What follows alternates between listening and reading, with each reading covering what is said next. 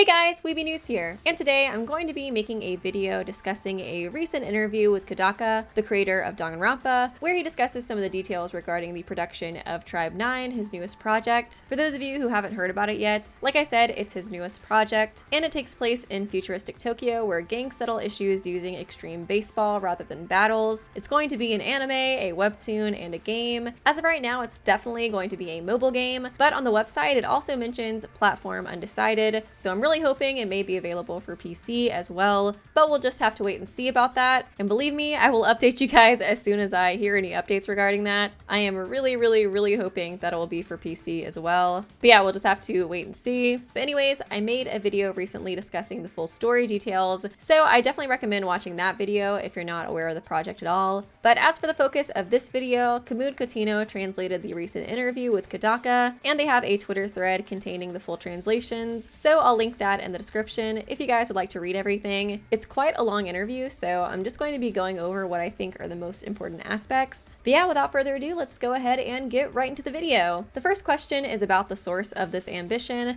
Kodaka states that his answer is always changing, and he thinks it's because a diversity in feelings is necessary for a creator. He shifts between wanting to make something that expresses his own identity and also wanting to accept and incorporate other people's ideas. The only constant is that games exist for the sake of originality, and originality doesn't come from being in a huge company with an excellent team and more experienced creators teaching the tricks. Kodaka can tell because he's never worked in an environment like that and has still made something original, since all the projects he made with Spike were not on a good budget. He says that cheaply produced games can compete with games priced with big budgets by large companies, and that it's not about the budget or the talent, it's a clash of ideas. And that's why Spike had all these weird games like Danganronpa and Kinka Bancho in the early 2010s. He describes the dynamic of the team for Tribe 9, mentioning that since he changes his mind a lot, his entire job is to incorporate his more confident decisions into a story, and the most time-consuming part of the development is polishing his ideas enough to convince the team to go with them. And since everyone on the team is a game creator, he needs to convince and impress them. The interviewer brings up the visual similarities between Tribe 9 and HiGH&LOW, which is an action Japanese media franchise that, similar to Tribe 9, consists of various different projects. There's movies, a television series, a mobile game, a manga, etc., and all are meant to contribute to the world of the franchise, similar to how the Marvel Cinematic Universe is. It seems to follow several gangs that reside in the Sword District, which makes it sound pretty similar to Tribe 9 after reading on it some. The interviewer then asks if the game was meant as Kodaka's own version of that story, and Kodaka says that he doesn't like this fic mentality, and that he's only doing what seems fun to him.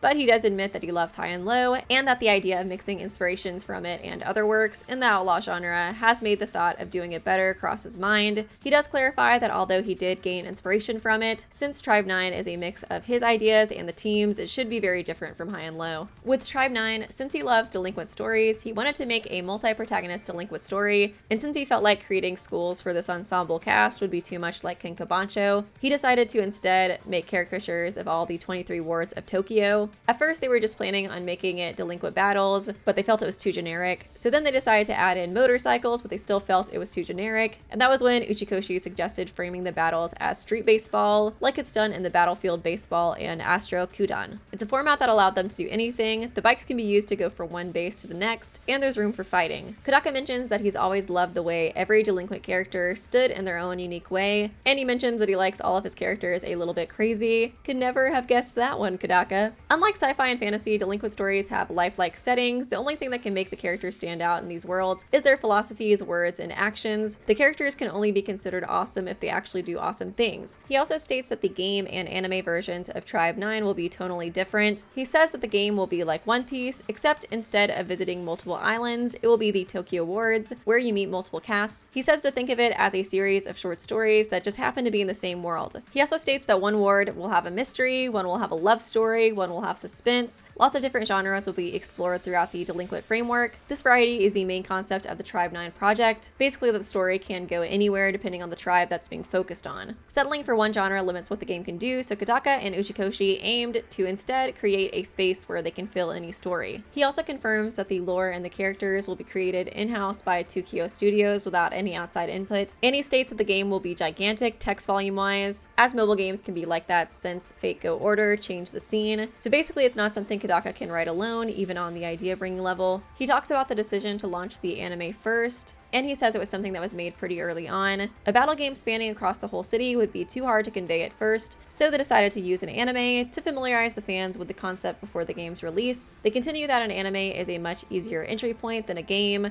that you need to download, so they think it's a good plan to use that to make the watcher want to taste more of the world, leading to them eventually getting the game. He mentions that writing is different for different medias, and that he believes that anime's strength comes from action, not words, and anime dialogue is best when short and snappy. As for games, Kodaka prefers them to be story-centric, and believes the gameplay must be a tool that exists in favor for the plot. He doesn't think that creators who prioritize gameplay are wrong or anything, but in his own words, he only cares about making the story better. The interviewer then asks if Kodaka thinks the plot or the characters are more important in a story, and then Kodaka cites how in Danganronpa, the player has to identify the culprit and get them executed, and to add more weight to that, it's essential that the culprit is a great character. Kodaka believes many moments in stories require someone to make logical moves, but that's where issues can be dodged with character personality, and that's why Kodaka thinks the most important thing is to build characters. He explains that besides in dating sims, it's very rare for a game's project to be led by a writer like him, since gameplay exists in favor of the story, doesn't roll with big corporations, so Tribe 9 will be a rare case of a super large-scale project with the writer on the handle. The interviewer then asks that since Kodaka is using the game of extreme baseball in the game to create the core of the Tribe 9 franchise, if there will be a set of rules shared by all media that fans can do on their own. Kodaka says no, and that he doesn't really care about creating any amazingly elaborate rule system, and that instead it's about the characters.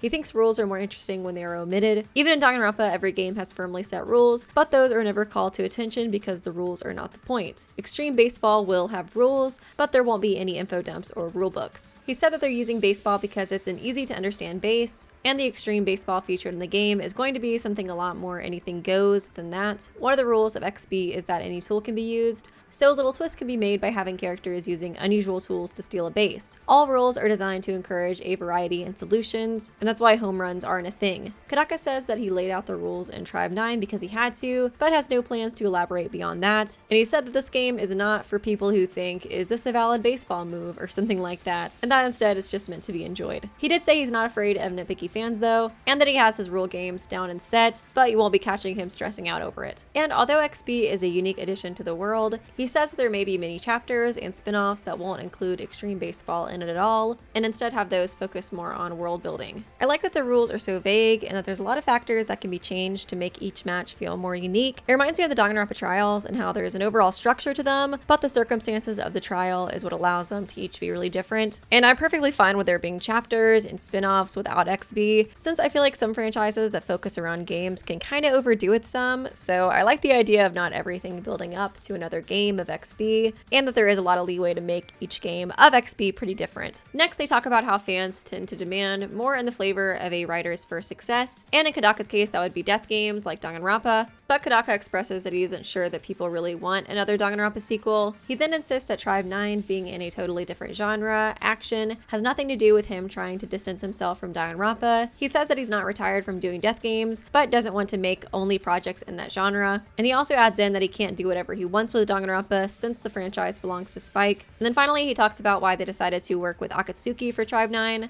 and he expresses that even among gaming companies you find a lot of people who don't express their love for games. Akatsuki won the selection by being the most openly passionate about Kodaka's ambition. Kodaka makes the bold claim that no mobile game will have as much effort put into the story as Tribe 9 will. The anime's plot went through at least 8 versions before they were satisfied, and the game's plots are still going at this pace. He revealed that the current script for Tribe 9 has one whole Danganronpa worth of text ready, and they want at least the text size of 2 Danganronpas ready before they release, so that they have some leeway to release monthly chapters. And finally, they did confirm that Tukio is getting new members just for the project, and most importantly, with this being a mobile game, the main story will be entirely free to play, with the only things potentially missable being the character profiles and voice lines. But yeah, overall, I'm really excited by how invested and passionate they seem to be regarding this project. Since they're planning to make the game so large, with it being 2 Danganronpas worth of text before the release, and since they're making it so diverse when it comes to what happens in each ward's story, I'm definitely excited about that part, since I do think it will add a lot more variety to this project. And I like the fact that this will make it to where there's a story for everybody to enjoy. I'm not a huge fan of action stuff myself. Personally, I prefer drama and psychological thrillers, so I am really glad that they're going in this direction of including a lot of different stories within Tribe 9. Also, it was really interesting to me how he talked about the difference between anime writing and game writing. I definitely see how these opinions affected Akudama Drive, which was a recently released anime that he created, since it very heavily focused on action over dialogue, and personally, I felt like the characters and story were lacking because of it. I didn't dislike Akudama Drive, but I have noticed that I'm a lot more critical of it than most people. Like I said, action isn't really my favorite genre, and the action scenes were really beautiful, but personally I just kind of prefer character relationships and story, and since I couldn't really find myself getting attached to the characters, I was kind of disappointed in it. But that's just my opinion. I know it's an unpopular one. I've seen a lot of people really love Akudama Drive. But yeah, with that being said, I'm very relieved to hear Kodaka say that the game will be dialogue heavy and character focused, since that's what I really loved about Danganronpa, and I do agree with him that the reason the executions are so impactful in Danganronpa is because of how attached we get to the characters. As for the anime, I feel it probably will have similar writing to Akudama Drive, so I have a feeling it's going to focus more on world building and action rather than character development, which, like I said, a lot of people really did love Akudama Drive, so I'm sure it'll do really well critically. But for me personally, I feel like I'll probably end up enjoying the game more. I'm so glad that it's confirmed that the game is free and that everything is unlockable, with the exception of like some voice lines and profiles. They state they're going to be updating the story monthly too, and I feel positive that there's going to be microtransactions, and I'm guessing we'll just have to be patient with uncovering the story if we don't want to pay extra to experience it sooner. So hopefully the wait times won't be too crazy if that's the case, but we'll just have to wait and see. I'm wondering how long each chapter will be too. Since they mentioned that they're planning 2 Danganronpa's worth of text before releasing, I'm assuming each chapter will be a similar length to a Danganronpa chapter, especially since that'll give them a year of already written content since they're releasing it monthly, but that's just my speculation on it. But yeah, this will conclude the video. I hope you guys enjoyed. I'm really interested to know what you guys think about this franchise. I'm personally really excited about it. Like I said, it seems like they've put a lot of thought and effort into this, and especially based on this interview, I really like the direction it's going with like the games, the characters, the story, and I do think that one of Kodaka's biggest strengths is fleshing out characters, and I'm glad to see that he's going to be focusing on that in this game. But yeah, I'm really excited for this project. I'll definitely keep you guys updated when I hear more about it, and yeah, feel free to let me know what you guys think. Are you looking forward to it? Are you not? I'd love to hear your opinions in the comment section below. But yeah, once again, I hope you guys enjoyed the video. Please leave a like and a comment and subscribe if you did. It really does help me out. And yeah, I will see you guys real soon.